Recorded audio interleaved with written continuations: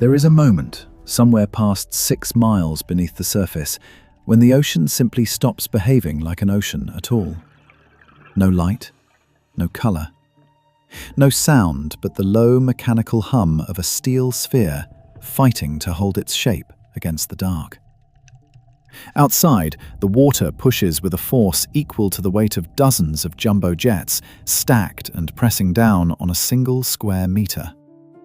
Inside, a handful of human beings sit in near total silence, watching one question tighten around them, quietly, insistently.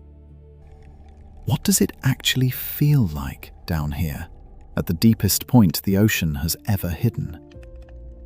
This is the Challenger Deep, the lowest known scar in the floor of the Mariana Trench, nearly 11 kilometers beneath the Pacific. A place so remote from ordinary human experience that it's often said more people have stood on the surface of the moon than have ever touched this trench floor. It's a line repeated so often it has almost become folklore. But the truth sitting behind that comparison is stranger and far more revealing than the claim itself. We'll come back to that. Up here, the world is loud, bright, familiar. Waves, wind, a horizon you can actually see. Down there, none of that exists. There is only pressure, darkness, and a fragile capsule of metal standing between a human body and a weight that could fold steel like paper. By the end of this journey, you'll understand exactly what it takes to reach that depth, what the descent actually does to a human mind, what strange forms of life somehow endure in that crushing dark, and why scientists insist this place matters far beyond simple curiosity. But first, we have to go down. All the way down. And the descent alone will test everything a machine and a mind can withstand. Let's talk about where this actually is. The Mariana Trench lies in the western Pacific, near the Mariana Islands, a scar in the ocean floor stretching for hundreds of kilometers. But one point along that scar matters more than the rest: Challenger Deep. Commonly cited at somewhere between 10,900 and 11,000 meters down. Numbers that sound abstract until you try to picture them properly. So picture this instead. Take Mount Everest, drop it into that trench, base first. The peak would still sit over 2 kilometers underwater. That's not a deep dive, that's an entirely different physical rulebook. Now add pressure. At that depth, the water above pushes down with a force often compared, loosely but usefully, to the weight of dozens of cars stacked on a single point the size of your fingertip. Every square inch of a hull down there is fighting that same crushing weight, constantly, without pause. Ordinary steel doesn't survive that. Ordinary shapes don't survive that. Only very specific engineering does. People have tried to reach this point before. In 1960, the bathyscaphe Trieste made a now legendary descent, one of the earliest attempts to touch that exact seabed. Decades later, filmmaker James Cameron piloted a solo submersible down to roughly the same point.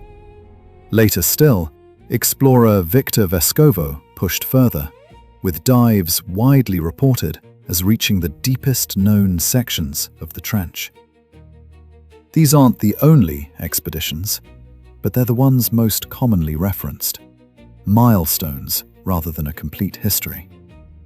Each of these missions depended on the same core idea: a sphere.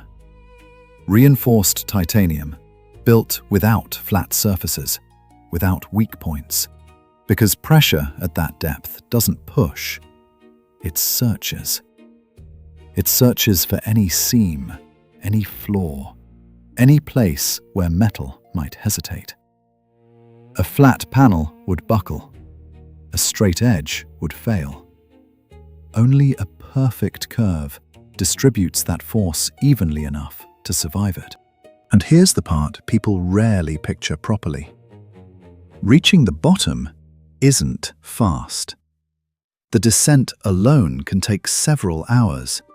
Hours spent inside a small metal capsule, sinking through complete darkness, with sunlight disappearing entirely within the first few hundred meters. No horizon, no reference point, just the hum of machinery, the occasional groan of metal adjusting to pressure, and time stretching in a way it doesn't anywhere else on Earth. By the time that sphere finally settles onto the sea floor, everything about the environment outside has changed completely. Not just in depth, but in the very rules governing what can possibly survive there. Which raises the next question. If light can't reach that far, what, if anything, is actually waiting down there in the dark? Down here, the ocean stops behaving like the ocean you know. There is no sunlight, not dim light, not a faint blue glow. None. Every photon from the surface is absorbed long before it reaches this depth. Sunlight fades within the first few hundred meters, and by the time you reach the trench, it has been gone for thousands of meters already. What's left is a darkness so complete that even the cameras built for this environment struggle to describe it. It isn't night. Night still has stars, memory of light, the promise of dawn. This is something else. An absence with no contrast, no shift, no relief. Then there's the cold. Water this deep hovers barely above freezing, locked at a temperature that never really changes, season after season, year after year. It's not simply cold. It's a cold indifferent to the seasons that reshape the surface world above.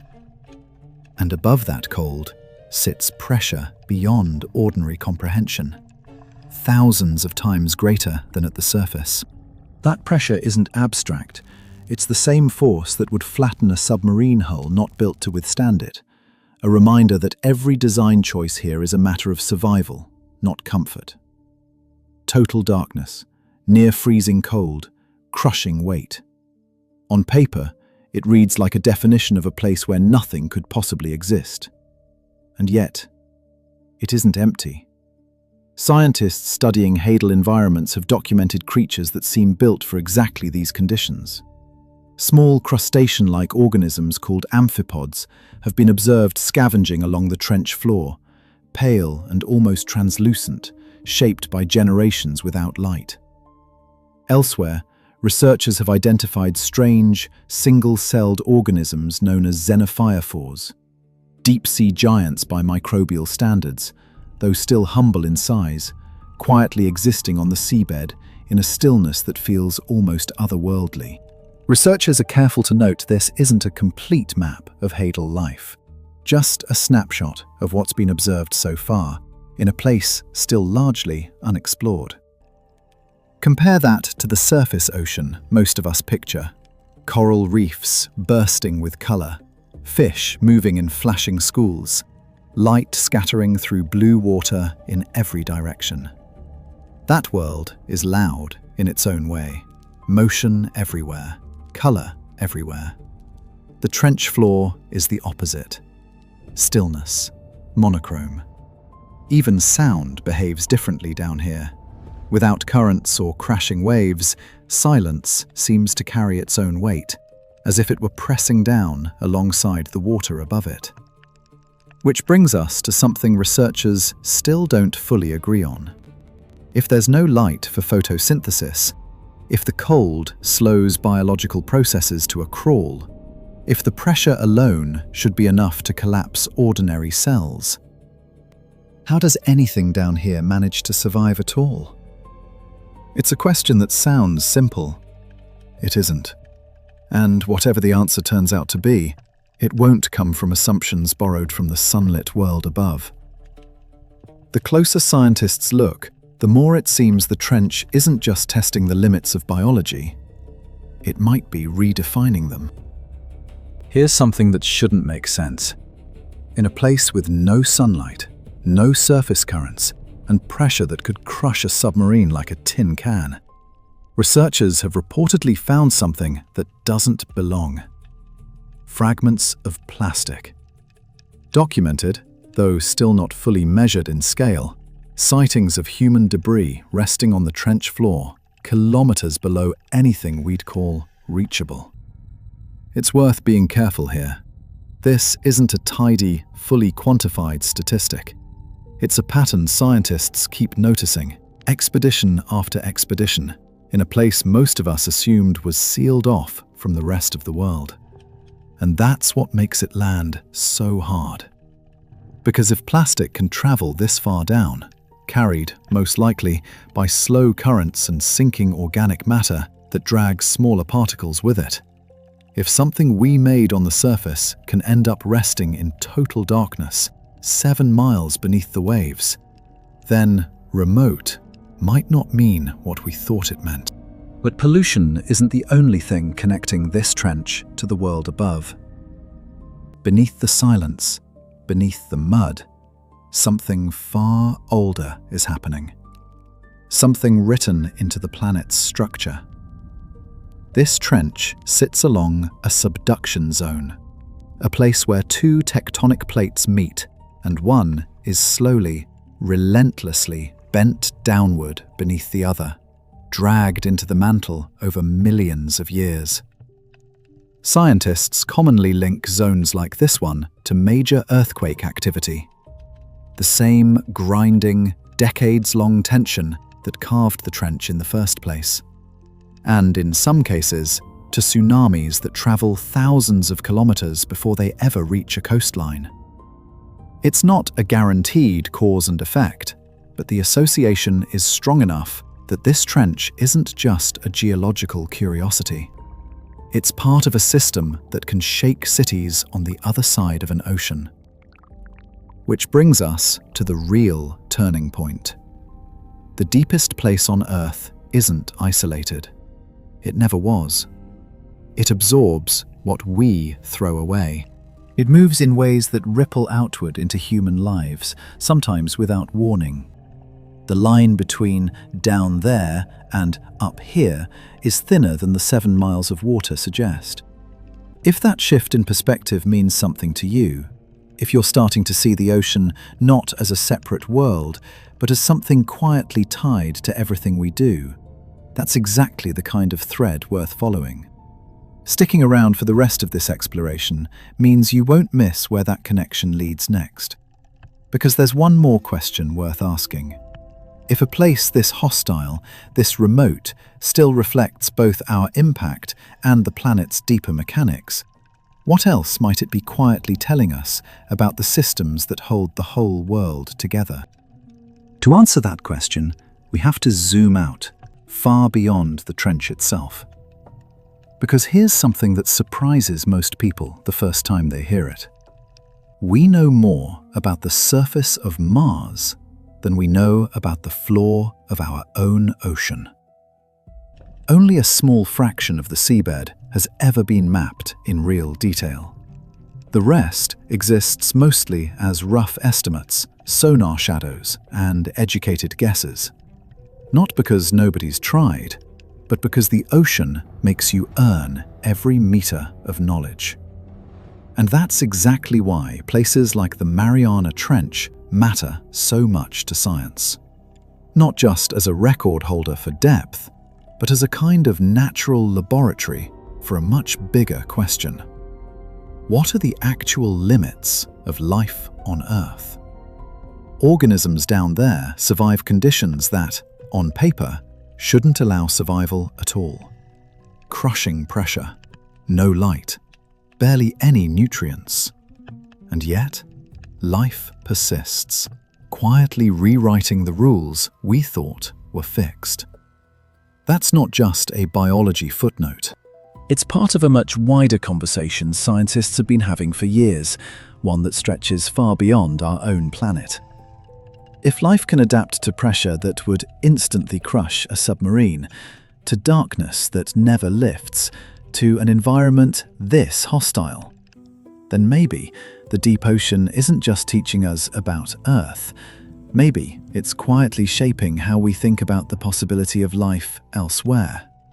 On icy moons, beneath frozen crusts, in oceans that aren't ours at all. It's still speculative. Nobody's claiming answers here, but it's a serious enough question that it keeps coming up in astrobiology discussions again and again. Because the deep sea remains our closest working example of extreme survival. Now, if you're finding this shift in scale, from a single trench to the possibility of life on other worlds, genuinely interesting, that's worth a like right here. It helps this kind of long-form exploration reach more people who'd actually appreciate it. There's something almost humbling in the contrast. We've built machines that can survive pressure equivalent to tons pressing down on every square inch. We've sent people down further than anyone believed possible a century ago. That's real ambition, real engineering, real courage, honestly. And yet, we still understand less about our own seafloor than we do about the surface of the moon. Every expedition down there tends to raise more questions than it answers. New species, unexplained chemical signatures, strange sounds picked up by sensors that nobody's fully explained. The trench doesn't hand over its secrets easily. And every time we think we've mapped its limits, something reminds us we haven't. Which raises an unsettling, quietly exciting thought. The next major discovery down there might not require some distant future mission. It might already be sitting in data we've collected, but haven't fully understood yet. Or in a corner of the trench no one's pointed a camera at yet.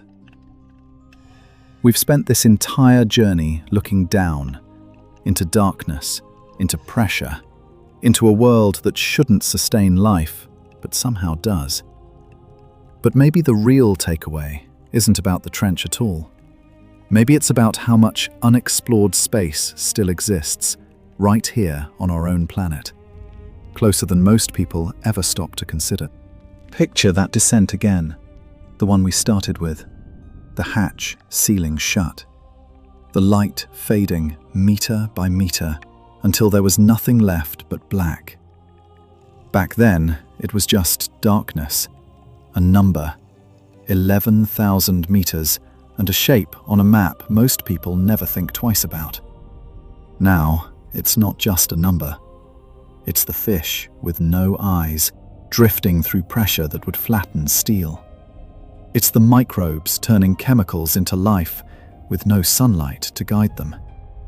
It's the plastic bag resting quietly at the bottom of the world, proof that nowhere is truly out of reach anymore. The trench never asked to be found. It simply existed, patient, crushing, indifferent, long before anyone built a machine brave enough to knock on its door.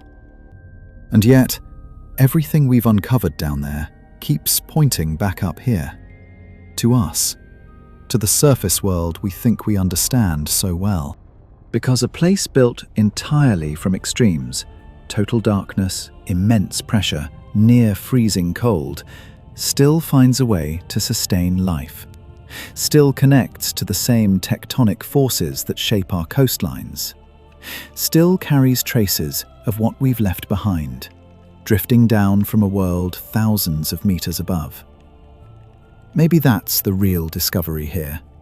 Not just what's hiding at the bottom of the ocean, but what it reveals about the world we thought we already knew. The deepest place on Earth isn't just a destination, it's a mirror, one that shows us how little we've actually mapped and how much of our own impact reaches further than we ever imagined. So here's a thought worth sitting with long after this video ends.